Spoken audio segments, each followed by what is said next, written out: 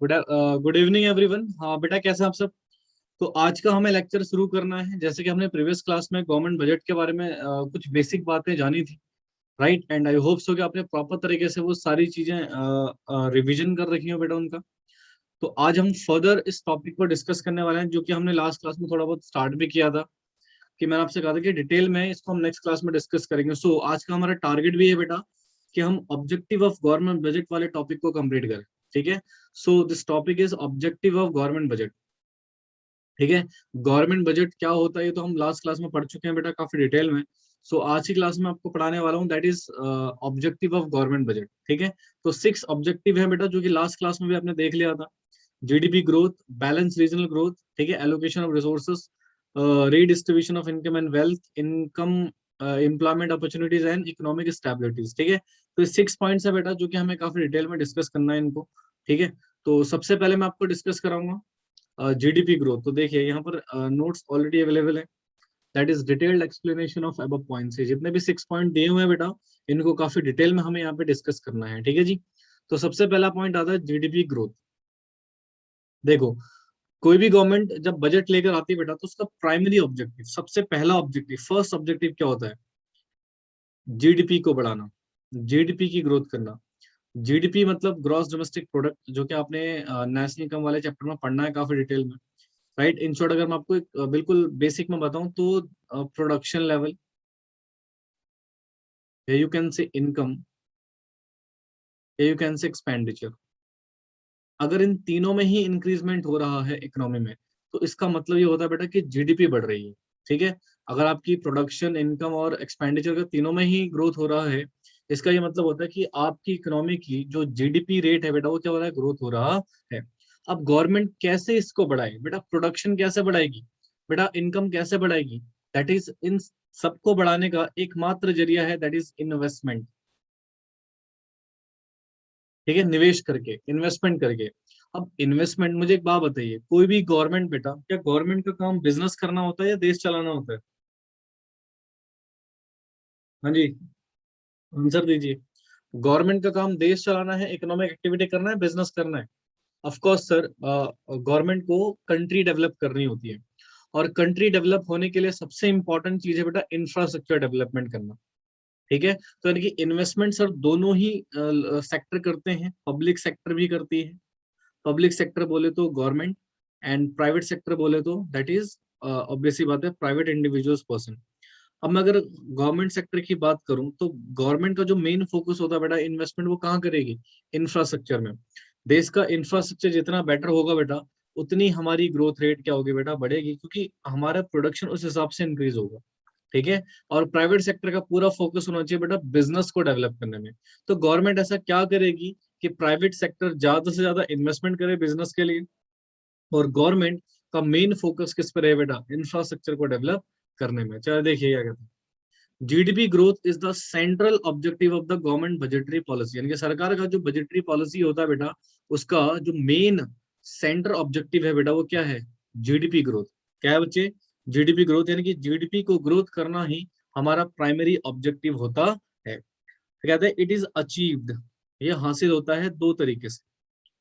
कितने तरीके से बेटा? दो तरीके से। पहला, by making public investment on infrastructure. Public investment का मतलब सरकार जो पैसा लगाएगी बेटा, वो किस में लगाएगी? इंफ्रास्ट्रक्चर। ना what is the concept of infrastructure? Example, roads, power, वही इलेक्ट्रिसिटी वगैरह, पावर हो गया। ठीक है? डैम्स बनाना, स्कूल्स डेवलप करना, कॉलेजेस बनाना, ठीक है, एक्सेट्रा। तो ये सब चीजें बेटा कौन करे? सरकार। इंफ्रास्ट्रक्चर डेवलप कौन करे? सरकार। ठीक है? इंफ्रास्ट्रक्चर जितना जबरदस्त होगा, बिजनेस हमारा उतना ज्यादा स्पीड में बढ़ेगा। और इंड्यूस करे प्राइवेट इन्वेस्टमेंट को। किसको बेटा? प्राइवेट इन्वेस्टमेंट को, through tax rebates and subsidies.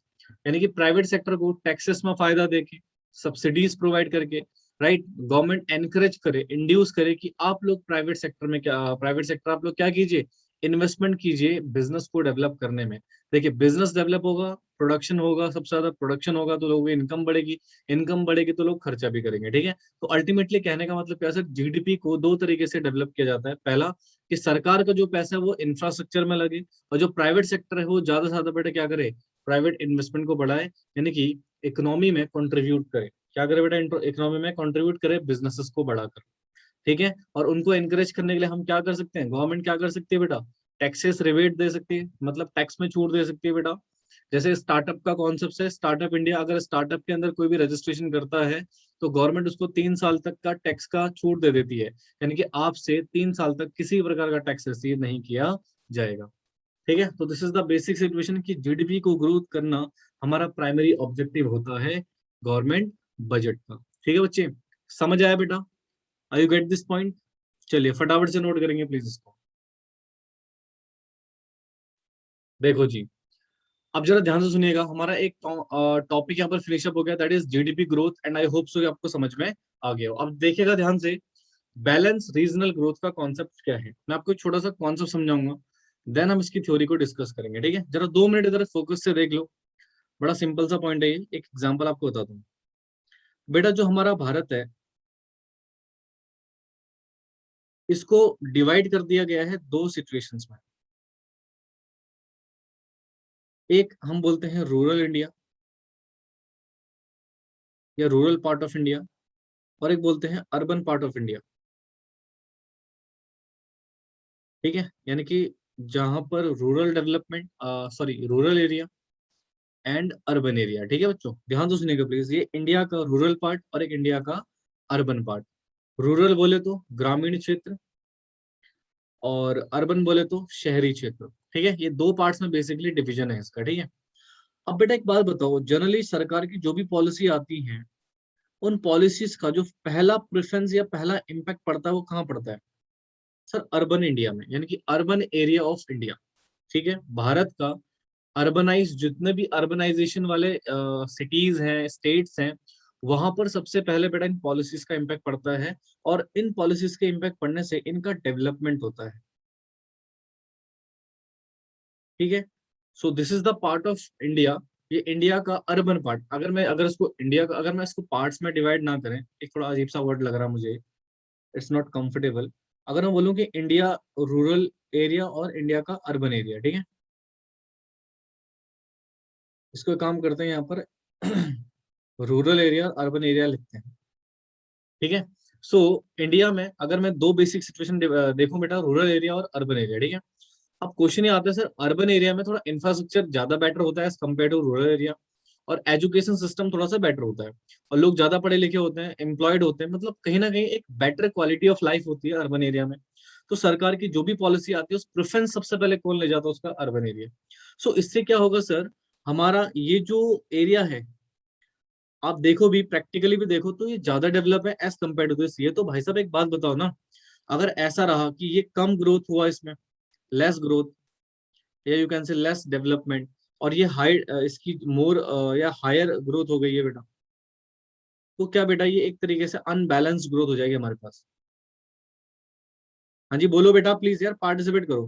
क्या ये एन अनबैलेंस ग्रोथ हो गया, यानी कि एक ऐसा ग्रोथ, भैया ग्रोथ तो हो रहा है, बट एक पर्टिकुलर एरिया का ज्यादा हो रहा है और एक पर्टिकुलर एरिया का कम हो रहा है, जिससे क्या समाज में एक अनइक्वालिटी क्रिएट हो जाएगी, इनइक्वालिटी यू कैन से, सॉरी, ठीक है। समाज में क्या क्रिएट हो जाएगी बेटा, इनइक्वालिटी, असमानता, ठीक है। So sir this is the big problem, yes. Inequality के कारण बेटा फिर वही प्रॉब्लम होगी कि rich become more richer and poor become more poor, right. और जब इनइक्वालिटी होती है, पॉवर्टी क्रिएट हो गया, अनएम्प्लॉयमेंट क्रिएट हो गया, तो हर तरह की अर्थव्यवस्था में प्रॉब्लम।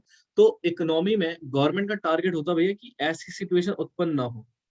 गवर्नमेंट कोशिश करती है कि ऐसा ग्रोथ हो जो कि बैलेंस रहे, जहां पर अर्बन एरिया भी डेवलप हो और रूरल एरिया भी डेवलप हो। इसलिए गवर्नमेंट का जो सेकंड फंक्शन है रिगार्डिंग डेवलपमेंट कॉन्टास्ट, तो सरकार चाहती है कि दोनों ही एरिया हमारे डेवलप हो। अब इसलिए बेटा स्पेसिफिकली जो रूरल एरिया है उसके लिए गवर्नमेंट कुछ प्लान्स लेके आती है, ठीक है। अब जरा देखिए, इसी में हम यही चीज पढ़ने वाले हैं कि बेसिकली जो बैलेंस रीजनल ग्रोथ है, इसका कॉन्सेप्ट आई होप सो कि आपको समझ आ गया हो। अब जरा इसको देख लेते हैं। कहते हैं the budgetary policy places priority priority देती है बेटा on the development of backward region of the country, यानी कि देश के जो बैकवर्ड रीजन हैं, एरियाज हैं, राइट, उनका ग्रोथ नहीं हुआ है तो उनको प्रायोरिटी दो, यानी कि प्राथमिकता दो उनको उनके डेवलपमेंट में। ठीक है, this is achieved through liberal tax laws, यानी कि कैसे अचीव किया जा सकता है बेटा, लिबरल टैक्स लॉज, यानी कि जो रीजनल एरिया, जैसे फॉर एग्जांपल जो बैकवर्ड एरियाज है बेटा, जहां पर अभी तक ग्रोथ नहीं हुआ है, हाँ गवर्नमेंट एक पॉलिसी लेकर है, भैया जो भी कंपनी इस पर्टिकुलर रीजन में अपनी इंडस्ट्रीज डेवलप करता है, अपने बिजनेस डेवलप करता है बेटा, तो हम उनको टैक्सेशन पॉलिसी में लिबरलाइज रखेंगे, यानी कि उनके ऊपर ज्यादा हार्श पॉलिसीज नहीं होंगी, बहुत सिंप्लीफाइड पॉलिसी होंगी, और उनको हम टैक्सेस भी क्या लगाएंगे बेटा, बहुत मिनिमम रेट से लगाएंगे, उनके ऊपर ज्यादा टैक्सेशन नहीं होगा। तो क्या जितने भी लोग हैं जो बिजनेसमैन है वो try to shift their business to that particular area, yes, और जैसे ही बेटा उस एरिया में बिजनेस डेवलप होगा, तो क्या वो उस एरिया का विकास होना स्टार्ट हो जाएगा बेटा। यस, तो इसलिए बेटा बहुत सारी जगह सरकार क्या डेवलप करती है, SEZ, special economic zones. Greater Noida, greater Noida बेटा आज से 10-15 साल पहले एक बेकार सी जगह थी, ठीक है, जहां पर प्रॉपर ग्रोथ नहीं था, प्रॉपर इंफ्रास्ट्रक्चर नहीं था, राइट, ऐसे बहुत सारे इंडिया में ऐसे बहुत सारे एरियाज हैं जहां पर प्रॉपर डेवलपमेंट नहीं था, बट आज आप ग्रेटर नोएडा जाके देखिए, काफी डेवलपमेंट है। उसका कारण है स्पेशल इकोनॉमिक जोन का डेवलप होना। तो सरकार क्या करती है, कुछ पर्टिकुलर लैंड्स का हिस्सा लेती है, और वहां पर बेटा एक पर्टिकुलर सिचुएशन क्रिएट कर देती है, और उसको डिक्लेयर कर देती है स्पेशल इकोनॉमिक जोन। यस बेटा, गुड़गांव आंसर, एक्चुअली गुरुग्राम नाम चेंज हो चुका है उसका। ठीक है, तो वहां पर भी बेटा गवर्नमेंट क्या करती है, उस एरिया में स्पेशल इकोनॉमिक जोन बना देती है, जहां पर आप बिजनेस कीजिए, आपको सरकार हर तरह की फैसिलिटी प्रोवाइड करेगी, हर तरह का बेनिफिट आपको प्रोवाइड करेगी, जिससे क्या होता है बेटा, जो बैकवर्ड एरियाज हैं वो धीरे धीरे धीरे धीरे डेवलप होने लगते हैं।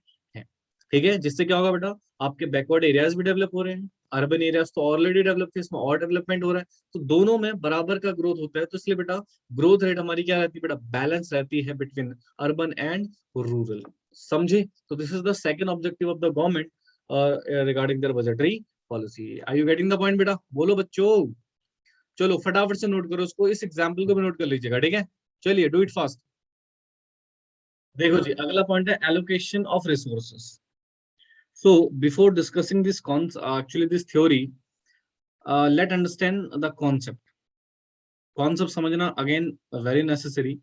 अगर आपको कॉन्सेप्ट समझ नहीं आएगा बेटा तो कोई फायदा नहीं है, ठीक है? अब मान लो यहाँ पर गवर्नमेंट है, मान लेते हैं, ध्यान सुनना, और ये फॉर एग्जांपल 1 लाख रुपीज है सरकार के पास, ठीक है, ध्यान सुनना प्लीज। अभी 1 लाख रुपए हमारा एक तरीके से रिसोर्सेस है, सरकार का बेटा क्या है ये, रिसोर्स है, ठीक है? अब इस रिसोर्सेस को गवर्नमेंट यूज करना चाहती है, यानी कि इसका यूटिलाइजेशन, ठीक है? अब गवर्नमेंट ने डिसीजन लिया, क्या इस पैसे को हम इन्वेस्ट करें पब्लिक सेक्टर कंपनी बना के, यानी कि पब्लिक सेक्टर कंपनी के जरिए इसको, या पब्लिक सेक्टर अंडरटेकिंग के जरिए इस पैसे को हम यूज करें इकोनॉमी में, या किसी प्राइवेट सेक्टर को टेंडर देके, किसी प्राइवेट सेक्टर को टेंडर प्रोवाइड करके हम अपना काम करवाएं। सरकार दो तरीके से काम करवा सकती है बेटा, या किसी को, किसी प्राइवेट सेक्टर को काम दे देगी बेटा कॉन्ट्रैक्ट बेसिस पे, या तो अपनी ही एक कंपनी पब्लिक सेक्टर अंडरटेकिंग बना के बेटा काम करेगी, ठीक है? यानी कि कहीं ना कहीं सरकार क्या कर रही है, इस रिसोर्सेस को एलोकेट कर रही है। अब यहाँ पर सरकार डिसीजन ले रही है कि पब्लिक सेक्टर कंपनी बना के किया जाए, या फिर किसी प्राइवेट सेक्टर को टेंडर दे दिया जाए, ठीक है? अगर मैं पब्लिक सेक्टर अंडरटेकिंग की बात करूं तो गवर्नमेंट बेटा यहाँ पर अपने रिसोर्सेस का एलोकेट कर रही है सोशली, या यू कैन से सोशलिस्ट इकोनॉमी को। इसको बेटा सोशलिस्ट इकोनॉमी को, या इसको एक और नाम से जानते हैं सेंट्रली प्लान्ड इकोनॉमी, या आपने मैक्रो माइक्रो इकोनॉमिक्स में पढ़ा होगा, सेंट्रली प्लान्ड इकोनॉमी, ठीक है? और इसको हम बोलते हैं मार्केट इकोनॉमी, मार्केट इकोनॉमी, या यू कैन से कैपिटलिस्ट इकोनॉमी, ठीक है? अब गवर्नमेंट के पास यहाँ पे दो रास्ते हैं रिसोर्सेस, या तो वो सोशलिस्ट इकोनॉमी के जरिए बेटा इन्वेस्ट करे, या फिर इस रिसोर्सेस को मार्केट इकोनॉमी के जरिए वो क्या करे, इन्वेस्ट करे, राइट? अब डिसीजन आता है सर कैसे करेंगे, तो this is the basic question, allocation of resources, कि रिसोर्सेस का एलोकेशन कैसे किया जाए, पब्लिक सेक्टर अंडरटेकिंग को यानी कि सोशलिस्ट इकोनॉमी में, या मार्केट इकोनॉमी में। अब देखिए, हर इकोनॉमिक के कुछ बेनिफिट्स हैं तो कुछ नुकसान भी हैं। ठीक है, जैसे मैं आपको ओवरव्यू दे देता हूँ बेटा। वैसे तो आपने पढ़ा हुआ है इससे पहले, जो 5 ईयर प्लानिंग वाला चैप्टर है वहां पर भी मैंने आपको पढ़ाया होगा ये सारी चीजें। सुनना बिल्कुल ध्यान से, कंसंट्रेशन से। अगर मैं इसकी बात करूं, अगर मान लो सरकार ने प्राइवेट सेक्टर को दिया, तो फायदा क्या है sir? Speedy growth of economy, GDP बढ़ेगा। राइट, जीडीपी बढ़ेगा मतलब इकोनॉमी की ग्रोथ होगी, बहुत जबरदस्त बेनिफिट है सर। नुकसान क्या है? सोशल वेलफेयर नहीं कर पाओगे, सोसाइटी में जो पुअर सेक्शन है वो स्ट्रगल करेगा। ठीक है, दिस इज द नुकसान, दैट इज डीमेरिट्स। बट अगर पब्लिक सेक्टर को देते हैं सर, फायदा क्या है? सोशलिस्ट इकोनॉमी में सोशल वेलफेयर प्रमोट होगा, यानी कि हर व्यक्ति को बेनिफिट्स मिलेगा। सर नुकसान क्या है बेटा? जीडीपी ग्रोथ का पेस रेट डिक्रीज हो जाएगा, यानी कि आपकी जीडीपी ग्रोथ नहीं होगी जिस रेट से आप एक्सपेक्ट कर रहे हैं। तो यानी कि सर दोनों ही अर्थव्यवस्था में कुछ फायदे हैं तो कुछ नुकसान है। तो यहाँ पर मैं एक इकोनॉमी आपको समझाऊंगा, दूसरी वाली हम वाइस वर्सा कर देंगे। ठीक है, क्योंकि दोनों ही समझाने चलेंगे बहुत टाइम लगेगा। सो मैं आपको एक पॉइंट समझाऊंगा, दूसरी वाली आप ऑटोमेटिकली समझ जाएंगे। तो यहाँ पर मैं आपको मार्केट इकोनॉमी समझाऊंगा। अगर मार्केट इकोनॉमी में किसी रिसोर्सेज का एलोकेशन करते हैं तो मार्केट इकोनॉमी कैसे काम करती है और क्या बेनिफिट है और उसके क्या नुकसान है। ठीक है ना? कॉन्सेप्ट क्लियर हुआ बेटा? जरा बता दो प्लीज। अगर किसी को डाउट अभी भी पूछ लो, मैं अभी बार समझा दूंगा आपको कॉन्सेप्ट में। हाँ जी, क्लियर टू एवरीवन? श्योर ना बेटा? ओके, ठीक है। प्रथम एंड विवेक, आपको समझ आया कॉन्सेप्ट? ठीक है, अब जरा देखिएगा। देखो जी, कहता है एलोकेशन ऑफ रिसोर्सेस, कहता है इन द मार्केट इकोनॉमी, बोला था ना मार्केट इकोनॉमी, ये समझाऊंगा आपको मैं जी। मार्केट इकोनॉमी का एक और नाम है कैपिटलिस्ट इकोनॉमी। कैपिटलिस्ट इकोनॉमी कहता है इन द मार्केट इकोनॉमी, यानी कि capitalist economy, good commanding higher price attract higher allocation resources. मतलब आप उन गुड्स में ज्यादा रिसोर्सेस का एलोकेट करेंगे बेटा जो अट्रैक्ट कर रहा है क्या बेटा? Higher price. और जहां पर हायर प्राइस होंगे तो वहां पर हम ज्यादा रिसोर्सेज का एलोकेट करें, क्योंकि हमें क्या चाहिए? ज्यादा प्रॉफिट चाहिए। ठीक है, so this is the economy जो अट्रैक्ट करती है बेटा एलोकेशन का रिसोर्सेज ज्यादा होना चाहिए वहां पे जहां के गुड्स के प्राइसेस क्या है बेटा? ज्यादा है, क्योंकि हमें ज्यादा प्रॉफिट्स मिलेंगे, ज्यादा जीडीपी प्रोडक्शन होगा और उससे जीडीपी ग्रोथ भी हमारी इंक्रीज होगी। This process of resources allocation allow maximum of profit, यानी कि इस प्रोसेस में एक प्रोड्यूसर को क्या होता है बेटा? ज्यादा से ज्यादा प्रॉफिट होगा, but fails to achieve maximum social welfare. But यहाँ पर ये क्या फेल कर जाएगा बेटा? सोशल वेलफेयर को अचीव करने में फेल कर जाएगा। आई थिंक समझ आ रहा होगा बेटा? ओके, पहले सुन लीजिए फिर आराम से नोट कीजिएगा। इसके बाद कहता है social welfare is loss in the market economy, Y?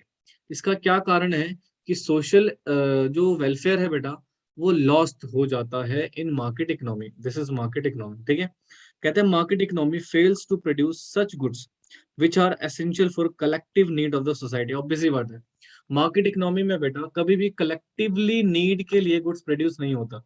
Market economy उन्हीं गुड्स को प्रोड्यूस करने पसंद करती है बेटा जो प्राइस ज्यादा ऑफर कर रहे हो, क्योंकि वही हमें प्रॉफिट्स मिलेगा। ठीक है, सोसाइटी के नीड के हिसाब से अगर हम प्रोडक्शन करेंगे बेटा तो वहां पर हायर प्रॉफिट्स नहीं मिलेंगे। सो इसलिए बेटा यहाँ पर ये नुकसान है इसका, इसलिए बेटा ये सोशल वेलफेयर को प्रमोट नहीं कर पाती। दूसरा, market economy fails to account for the negative externalities of the production. अब एक बात बताइए, ये जो नेगेटिव एक्सटर्नलिटीज होता है ये क्या होता है? हालांकि आगे फ्यूचर में पढ़ेंगे अब इसके बारे में, मैं आपको बताता हूँ। जैसे देखो, मान लो एक फैक्ट्री है, एक प्राइवेट सेक्टर फैक्ट्री, अब उसने अनाधुन प्रोडक्शन कर रहा है। ठीक है, प्रोडक्शन हो रहा है। अब एक बात बताइए, इस प्रोडक्शन के हमें फायदे हैं, नो डाउट, फायदे भी हैं। फायदा क्या है सर? एम्प्लॉयमेंट जनरेट होगा। नुकसान क्या है सर? पोल्यूशन, हवा दूषित होगी बेटा, पानी खराब होगा, तो कहीं ना कहीं सर पोल्यूशन तो बढ़ेगा। तो इसका मतलब सर इस फैक्ट्री को सेटअप करने के, प्रोडक्शन के हमें कुछ फायदे भी हैं, कुछ नुकसान भी है। तो जो फायदे हैं उनको बोलते हैं पॉजिटिव एक्सटर्नलिटीज। क्या बोलते हैं बच्चे? Positive externalities. ये आपने जीडीपी वाले चैप्टर में पढ़ेंगे सेकंड टर्म में। और पोल्यूशन होता है हमारा, यानी कि ये नेगेटिव है, तो ये है नेगेटिव एक्सटर्नलिटीज। तो कहते हैं सर इस नेगेटिव एक्सटर्नलिटीज को प्राइवेट इकोनॉमी रिकॉर्ड नहीं कर पाती है, इस वजह से वो सोशल वेलफेयर को प्रमोट करने में क्या हो जाती है बेटा, फेल हो जाती है। ठीक है, क्योंकि बेटा अगर पोल्यूशन बढ़ेगा तो सोसाइटी को एंटायरली नुकसान है ना। यस, तो सोसाइटी को एंटायरली नुकसान है, और जब जिस चीज से सोसाइटी को नुकसान हो रहा है बेटा, तो ऑब्वियस सी बात है वो सोशल वेलफेयर कैसे प्रमोट करेगा यार। This is not possible. तो these are general two reason कि पहला, एक कलेक्टिव नीड के लिए गुड्स का प्रोडक्शन नहीं करते। दूसरा, जो नेगेटिव एक्सटर्नलिटीज ऑफ प्रोडक्शन उसको रिकॉर्ड नहीं किया जाता, उसको रिकॉर्ड करने में फेल हो जाती है। अब जब फेल होगा बेटा तो रिकॉर्ड नहीं होगा, पता नहीं चल पाएगा, तो अल्टीमेटली वो नुकसान कर रहा है सोसाइटी के लिए। सो दैट्स वाई बेटा ये क्या प्रमोट नहीं कर पाती, सोशल वेलफेयर को प्रमोट नहीं कर पाती है, समझे। तो यहाँ पर हमने एक ही चीज पढ़ी, बाकी नेक्स्ट वाला जो सिचुएशन है वो आपको देखना है। बोलो बच्चे, समझ आया। चलिए अब एक काम कीजिए, फटाफट से आप लोग इसको नोट कीजिए, और जो लोग यूट्यूब से देख रहे हैं बेटा, आप लोग भी इसको नोट कीजिएगा पॉज करके, लेकिन ठीक है। आप पहले इसको नोट कीजिएगा, या फिर पहले कॉन्सेप्ट्स को नोट कीजिएगा। कॉन्सेप्ट नोट करना, उसके बाद ये थ्योरी नोट करना, ठीक है भाई। और ये आपको सारी नोट्स करनी है विद, पॉज कर लीजिएगा वीडियो, उसके बाद ही नोट कीजिएगा। चलो बेटा फटाफट से आप लोग नोट कीजिए इसको फटाफट से, ठीक है, जल्दी से नोट करो। अगला पॉइंट है redistribution of income and wealth. भाई साहब, ये भी बड़ा इंपॉर्टेंट है। सो इसका भी जरा कॉन्सेप्ट समझेंगे, देन फिर हम इसकी थ्योरी को डिस्कस करेंगे, देखिएगा।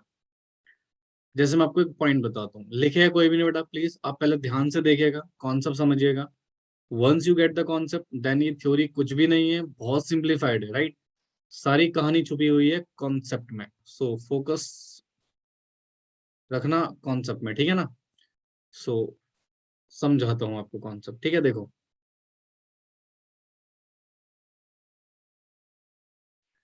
सर, ये इकोनॉमी में आपने कॉन्सेप्ट पढ़ा हुआ है जीडीपी का, या मैं इसको बोलता हूँ नेशनल इनकम, पढ़ा हुआ है ना।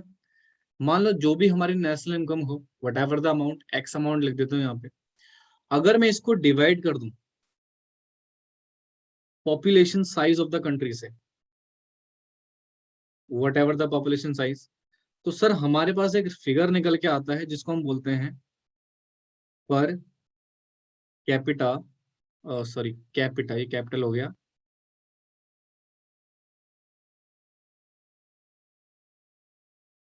आ गया, पर कैपिटा इनकम, ठीक है, पर कैपिटा इनकम। अब सर मान लीजिए, ध्यान से सुना बेटा प्लीज, जीडीपी हमारी, अभी भी मैं करंट की सिचुएशन बताऊं भारत की, तो हमारा जो जीडीपी है वो ग्रोथ कर रहा है। बट बहुत सारे लोग हैं जो आज भी स्ट्रगल कर रहे हैं सोसाइटी में। यार, जब जीडीपी ग्रोथ कर रहा है, पॉपुलेशन साइज से डिवाइड करके पर कैपिटा इनकम भी तो बढ़ रही होगी भाई, बिल्कुल बढ़ रही होगी सर। तो फिर लोग कैसे स्ट्रगल कर रहे हैं। हाँ जी, ऐसी सिचुएशन है कि इकोनॉमी ग्रोथ कर रही है, 8-8% से अगर भाग रही है इकोनॉमी। पिछले क्वार्टर में 20% का ग्रोथ था जीडीपी में, right. So that mean sir, इतना ग्रोथ होने के बावजूद भी लोग कैसे स्ट्रगल कर रहे हैं इकोनॉमी में। तो क्वेश्चन ये आता है सर, ये पर कैपिटा इनकम क्या एक्चुअली में लोगों को बराबर मिल रही है, या ये अनइक्वल है सर। तो बेटा ये है अनइक्वल। क्यों सर, ये तो गलत है। गलत नहीं है बेटा, मैं आपको बताऊं, देखो। इकोनॉमी में ना सरकार आपके बैंक अकाउंट में पैसे नहीं भेजेगी आके कि हाँ जी जीडीपी ग्रोथ हो गया, हमारे पास इतना पैसा आ गया, बताओ अपना अकाउंट नंबर, आपके अकाउंट में पैसा भेज देते हैं। हाँ जी, कोई मजाक चल रहा है क्या। सर यहाँ पर गवर्नमेंट क्या करेगी, गवर्नमेंट हर पर्सन को मौका देगी, भैया पार्टिसिपेट करो इकोनॉमी में। और जैसा जैसा आपका पार्टिसिपेशन रहेगा, जैसा जैसा आपका पार्टिसिपेशन रहेगा, पार्टिसिपेशन इन सेंस एम्प्लॉयमेंट, या यू कैन से सेल्फ एम्प्लॉयमेंट, वट एवर। मतलब आप किसी ना किसी एक्टिविटी में इंडल्ज है, आप अपना पार्टिसिपेशन कीजिए, एम्प्लॉयमेंट या सेल्फ एम्प्लॉयमेंट।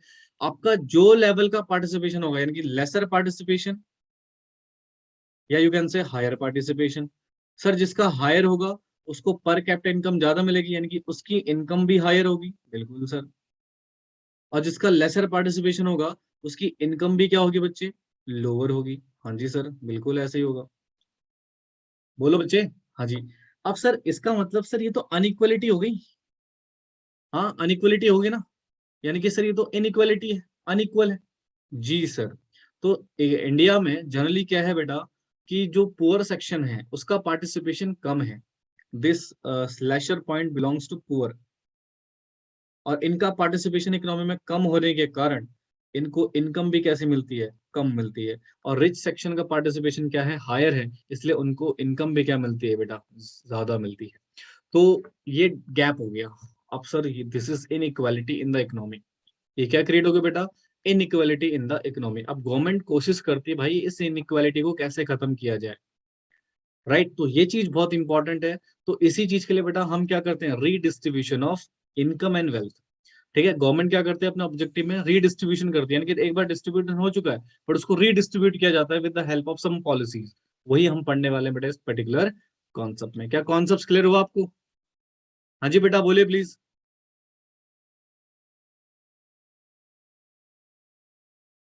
कुछ पल्ले पड़ा हमारे? अभी हमने क्या पढ़ा कि अनइक्वल या इनइक्वालिटीज इन इनकम क्या होता है।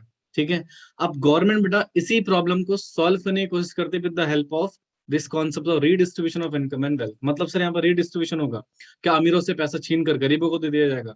नहीं बेटा, again this is not a basic concept. यानी कि यहाँ पर गवर्नमेंट क्या करेगी वो मैं आपको थ्योरी के जरिए समझाऊंगा। ठीक है, पर यहाँ तक कोई दिक्कत है किसी को बताओ प्लीज, बोल लो, पार्टिसिपेट प्लीज। ये कॉन्सेप्ट को नोट जरूर करना बेटा, कॉन्सेप्ट बहुत इंपॉर्टेंट होते हैं, मैं पहले बता रहा हूँ आपको। ओके, अब जरा थ्योरी पे आते हैं, फिर मैं इसका इम्प्लीकेशंस कराऊंगा आपको बहुत अच्छे से। देखो, कहते हैं distribution of income and wealth is highly skewed in a countries like Bharat. ठीक है, स्क्यूड का मतलब होता है सर ये जो आपने पढ़ा, अनइक्वालिटी, या सॉरी अनइक्वल, या यू कैन से इनइक्वालिटी। ठीक है, अनइक्वल का मतलब होता है स्क्यूड, यानी कि और ये हाईली है, बहुत ज्यादा है। Rich richer rich person become more richer, यानी कि उसके पास बहुत ज्यादा इनकम आ रही है बेटा, और पुअर सेक्शन के पास इनकम उतना नहीं आ रहा जितना आना चाहिए। It's a very lesser amount, minimum amount. तो सर इतना बड़ा है, और ये डेफिनेटली ये इकोनॉमिक को डिवाइड करने में ह्यूज अलार्मिंग सिचुएशन है। ठीक है, यानी कि इकोनॉमी को ये क्या कर सकता है, दो पार्ट कर क्या सकता है, कर ही दिया बेटा, डिवाइड कर सकता है। इसलिए बेटा सेक्शन, दो सेक्शंस में डिवाइड हो जाते हैं, रिच एंड पुअर। और फिर एक क्लास पुअर सेक्शन जो है बेटा वो बहुत स्ट्रगल करता है। ठीक है, तो कहते हैं the budgetary policy help solve the problem of economic divide. इस इकोनॉमिक डिवाइड को सॉल्व करने में सरकार की मदद करती है बजटरी पॉलिसी, जिसमें हम टैक्सेशन और सब्सिडी पॉलिसीज की मदद लेते हैं। हालांकि टैक्सेशन और सब्सिडी पॉलिसी एग्जाम्पल है, राइट, और भी बहुत सारी पॉलिसीज है, but these are the basic example. ये क्या है, इसको भी थोड़ा देख लेते हैं, अगेन नोट करने का टाइम मिलेगा, डोंट वरी, सुन लीजिएगा पहले ध्यान से। अब मैंने आपको क्या बोला सर, रिच पर्सन के पास इनकम ज्यादा है, पुअर पर्सन के पास इनकम कम है, तो यहाँ पर हायर इनकम है और यहाँ पर लोअर इनकम है। एम आई राइट? क्या ये पढ़ा था हमने? जी। और इसके कारण सोसाइटी में अनइक्वल सिचुएशन क्रिएट हो गई है, यू कैन से इनइक्वालिटीज। ठीक है, सो गवर्नमेंट यहाँ पर एक पॉलिसीज, गवर्नमेंट पॉलिसीज के जरिए गवर्नमेंट क्या करती है, ध्यान से सुनेंगे बच्चे प्लीज। वो रिच सेक्शन के ऊपर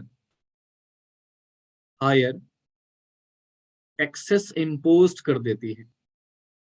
क्या करती है बेटा, रिच सेक्शन के ऊपर हायर टैक्सेस इम्पोज करती है, और इनसे टैक्स के जरिए कलेक्ट करती है revenue, collect revenue from rich person. और इसी रेवेन्यू की मदद से, ध्यान से सुनना बेटा, बहुत इंपॉर्टेंट, प्लीज ध्यान से सुनना। और इसी रेवेन्यू की हेल्प से बेटा पुअर सेक्शन को गवर्नमेंट प्रोवाइड करती है subsidy, subsidy for necessity item, या you can say needy item, whatever you said, जैसे food, cloth, shelter etcetera etcetera, right. तो ताकि इससे क्या होगा, रिच पर्सन के पास इनकम बहुत ज्यादा है, तो थोड़ा सा इनकम टैक्स के फॉर्म में बेटा, या टैक्सेशन के फॉर्म में उनसे पैसा ले लिया जाता है, राइट। और यही गवर्नमेंट उसी चीज को बेटा सब्सिडाइज फॉर्म में बेटा किसको देती है, पुअर सेक्शन को। तो गवर्नमेंट कोशिश करती है इस इनकम को थोड़ा सा लोअर किया जाए, और इस इनकम को थोड़ा सा अपर किया जाए। ठीक है, जिससे क्या होगा बेटा, एक अनइक्वल जो गैप क्रिएट होगा बेटा, उस अनइक्वालिटी को थोड़ा सा, इस इनइक्वालिटी को थोड़ा सा कम करने की कोशिश करती है। हालांकि ये बिल्कुल कम तो नहीं हो सकता, दिस इज इम्पॉसिबल, ये कम नहीं हो सकता बेटा, राइट। बट हाँ, गवर्नमेंट इसको थोड़ा सा मिनिमाइज करने की कोशिश करती है, कंट्रोल करने की कोशिश करती है कि ये जो गैप है ना, ये बहुत ज्यादा क्रिएट ना हो जाए। इसलिए गवर्नमेंट टैक्सेशन लगाती है रिच सेक्शन के ऊपर, और पुअर सेक्शन को सब्सिडीज का बेनिफिट प्रोवाइड करती है। आई यू गेटिंग द पॉइंट? समझ आया बेटा, रीडिस्ट्रीब्यूशन ये है बेटा, रीडिस्ट्रीब्यूशन। रीडिस्ट्रीब्यूशन इस तरीके से करती है बेटा सरकार, रीडिस्ट्रीब्यूशन ऑफ इनकम, मतलब इनकम का दोबारा से रीडिस्ट्रीब्यूट करना via imposing higher taxes on rich section and providing subsidy facility to the poor section. Please सारे बच्चे पार्टिसिपेट करके बोलेंगे समझ आया कि नहीं आया। ओके, विवेक यू ऑल्सो बेटा, कितनी बार बोलूं आपको। चलिए आप एक काम कीजिए, आप इस थ्योरी को नोट कीजिए फटाफट से, और जो बच्चे यूट्यूब से देख रहे हैं अगेन नोट जरूर करना बेटा, अदरवाइज समझ में नहीं आएगा आपको। तो पहले कॉन्सेप्ट नोट कीजिएगा, देन थ्योरी, देन उसके बाद ये इसका इम्प्लीकेशन ऑफ रिडिस्ट्रीब्यूशन वाला, ठीक है। तो ये फटाफट से आप नोट करेंगे, जल्दी से फटाफट से। चलिए note it down please. Now हमने 4 पॉइंट डिस्कस कर लिए बेटा, right. GDP growth, balance regional growth, ठीक है। एंड नेक्स्ट हमने पढ़ा था that is allocation of resources, और अभी हमने डिस्कस किया redistribution of income and wealth, right. और आई होप सो कि आपने सारे पॉइंट प्रॉपर तरीके से समझे हो। अब आगे देखिए, नेक्स्ट पॉइंट है एम्प्लॉयमेंट अपॉर्चुनिटीज। अगेन यार, हर पॉलिसी में जब जब सरकार बेटा बजट लेकर आती है, उसका सबसे ज्यादा फोकस ही किस पे रहता है, एम्प्लॉयमेंट में। क्योंकि एम्प्लॉयमेंट होने से बहुत सारी इकोनॉमिक की समस्याएं सॉल्व हो सकती हैं, राइट। तो this is the main objective again. और ये भी बेटा एक मेन ऑब्जेक्टिव है सरकार का, एम्प्लॉयमेंट को जनरेट करना। बड़ा सिंपल सा पॉइंट है, देख लीजिए थ्योरी, इसमें कॉन्सेप्ट की नीड आपको नहीं है। कहते हैं budgetary policy also focus on generation of employment opportunities. Yes, government कोशिश करती है रोजगार के अलग अलग अपॉर्चुनिटीज को क्रिएट करना, ठीक है।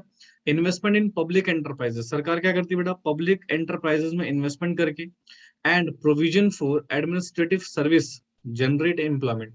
क्या करती है बेटा, पब्लिक सेक्टर एंटरप्राइजेस में इन्वेस्ट करके, जैसे कि आपने नाम सुना होगा एनटीपीसी का, ओएनजीसी का, यानी कि बहुत सारी जो सरकार की कंपनी है बेटा, वहां पर इन्वेस्टमेंट करके एम्प्लॉयमेंट को जनरेट करना। या फिर जो पब्लिक सर्विसेज है बेटा, जैसे गवर्नमेंट जॉब्स हैं, उनको उनके लिए प्रोविजंस बना के सरकार क्या करती है, एम्प्लॉयमेंट जनरेट करने की कोशिश करती है। तो ये दो तरीके हैं बेटा, पहला पब्लिक सेक्टर में पैसा लगा के ताकि उनकी ग्रोथ हो तो एम्प्लॉयमेंट जनरेट हो। दूसरा, जो सरकारी एडमिनिस्ट्रेटिव सर्विसेज है बेटा, गवर्नमेंट जॉब्स है बेटा, उनको उनके लिए प्रोविजन बना के क्रिएट करके बेटा वहां पर भी जॉब्स क्रिएट करने की सरकार कोशिश करती है। जैसे कि एक एग्जांपल है यहाँ पर मनरेगा, एक पॉलिसी है बेटा, जो मैंने आपको लास्ट क्लास में पढ़ाई भी थी पॉवर्टी वाले चैप्टर में, ठीक है। मनरेगा काफी डिटेल में मैंने आपको वहाँ पर बताई है, मनरेगा पॉलिसी। तो वही यहाँ पर एग्जाम्पल दिया हुआ मनरेगा का, देख लीजिए जरा। कहता है Mahatma Gandhi national rural employment guarantee act are launch in offer to employment to the poor section in the society, right. वो लास्ट क्लास में हमने डिटेल में डिस्कस किया था कि पुअर सेक्शन को 100 दिन की गारंटी का एक प्रोग्राम लॉन्च किया था एम्प्लॉयमेंट के लिए सरकार ने, मनरेगा के नाम से। तो कहते हैं employment to the poor goes long way to reducing the inequalities of the income. Obviously बात है, अगर पुअर पर्सन को एम्प्लॉयमेंट मिलेगी, इसका मतलब उनका पार्टिसिपेशन बढ़ेगा, और उनके पार्टिसिपेशन बढ़ने से उनके पास इनकम आएगी, और इनइक्वालिटीज जो इनकम है सोसाइटी में, वो धीरे धीरे बेटा क्या होगी, रिड्यूस हो जाएगी। आई थिंक समझ आ गया होगा बेटा। हाँ जी, are you clear with this concepts. बोलो यार, इसमें तो कुछ था ही नहीं, वेरी बेसिक कॉन्सेप्ट्स। चलिए फटाफट से नोट करेंगे इसको, प्लीज जल्दी से नोट करेंगे, बिल्कुल फटाफट से, विद इन अ मिनट। देखता हूँ कितनी जल्दी नोट करते हो। इससे कौन सा समझना है हमें कि ये इकोनॉमिक स्टेबिलिटी क्या है। हालांकि देखो, इसको मैं रिलेट करता हूँ या रेफर करता हूँ एक पॉलिसी से, जो कि फिस्कल पॉलिसी है। अगर किसी बच्चे को काफी डिटेल में समझना हो फिस्कल पॉलिसी के बारे में, तो मुझे आप मैसेज कर दीजिएगा, मैं इसका लेक्चर आपको प्रोवाइड कर दूंगा। इसका लेक्चर यूट्यूब में अवेलेबल है। काफी डिटेल में बेटा मैंने फिस्कल पॉलिसी कराया है, जिसमें मैंने ये बताया इकोनॉमिक स्टेबिलिटी क्या होती है। बट आज मैं आपको बताऊंगा विद दिस कॉन्टास्ट, बिल्कुल ध्यान से सुनिएगा, ठीक है। इकोनॉमिक स्टेबिलिटी का मतलब क्या बेटा, अर्थव्यवस्था में दो चीजें राहु केतु की तरह काम करती हैं, डिफ्लेशन और इन्फ्लेशन, या यू कैन से इन्फ्लेशन और डिफ्लेशन, ठीक है। एक को मैं राहु बोलता हूँ और एक को केतु। यू नो ना राहु केतु, सुना होगा आपने नाम। हाँ जी, सुना है। ओके, अगर इनकी प्रेजेंस है इकोनॉमी में, तो वो इकोनॉमी अनस्टेबल कहलाती है।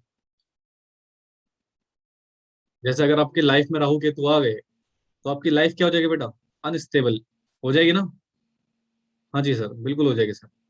सो गवर्नमेंट कहती है भैया अर्थव्यवस्था में ये दो राहु केतु नहीं आने चाहिए, इन्फ्लेशन और डिफ्लेशन। अगर ये आए तो इकोनॉमी क्या हो जाएगी, अनस्टेबल, और फिर हमें इसे क्या करना पड़ेगा, स्टेबल करना पड़ेगा।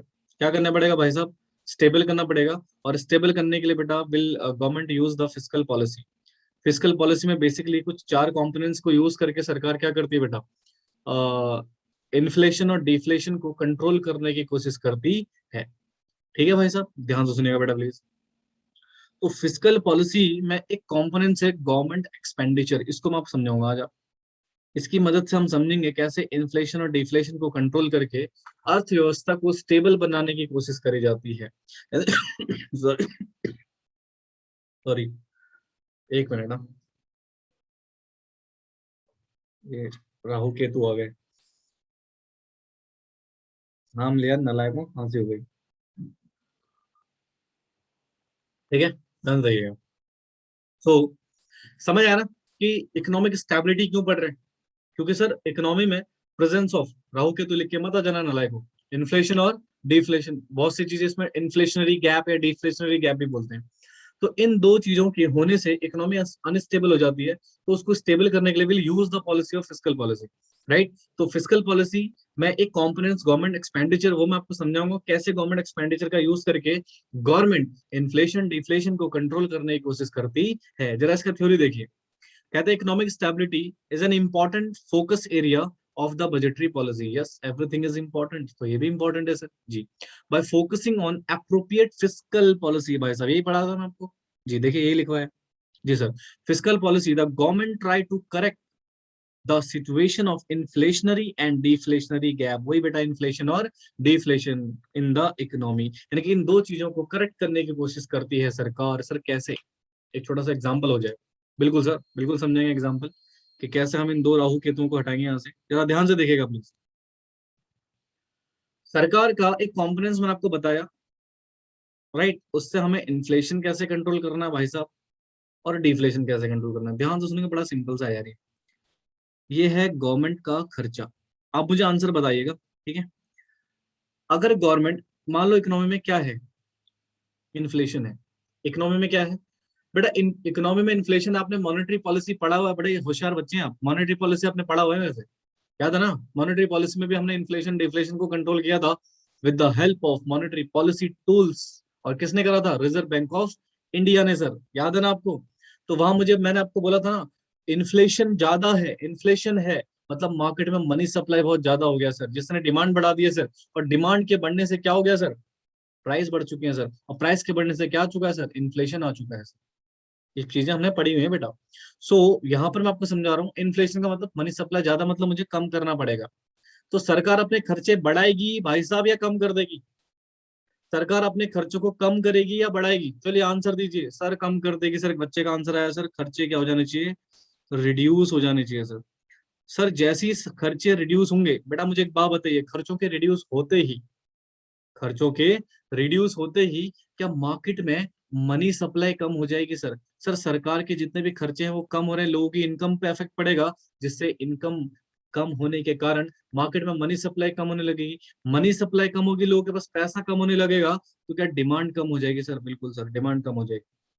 और डिमांड के कम होने से बेटा क्या इकोनॉमी में, ध्यान से सुनिएगा प्लीज, डिमांड के कम होने से क्या इकोनॉमी में प्राइस कम होने लगेंगे? हाँ जी सर। और प्राइस के कम होते ही तो क्या इन्फ्लेशन हमारा करेक्ट होने लगेगा? बिल्कुल सर।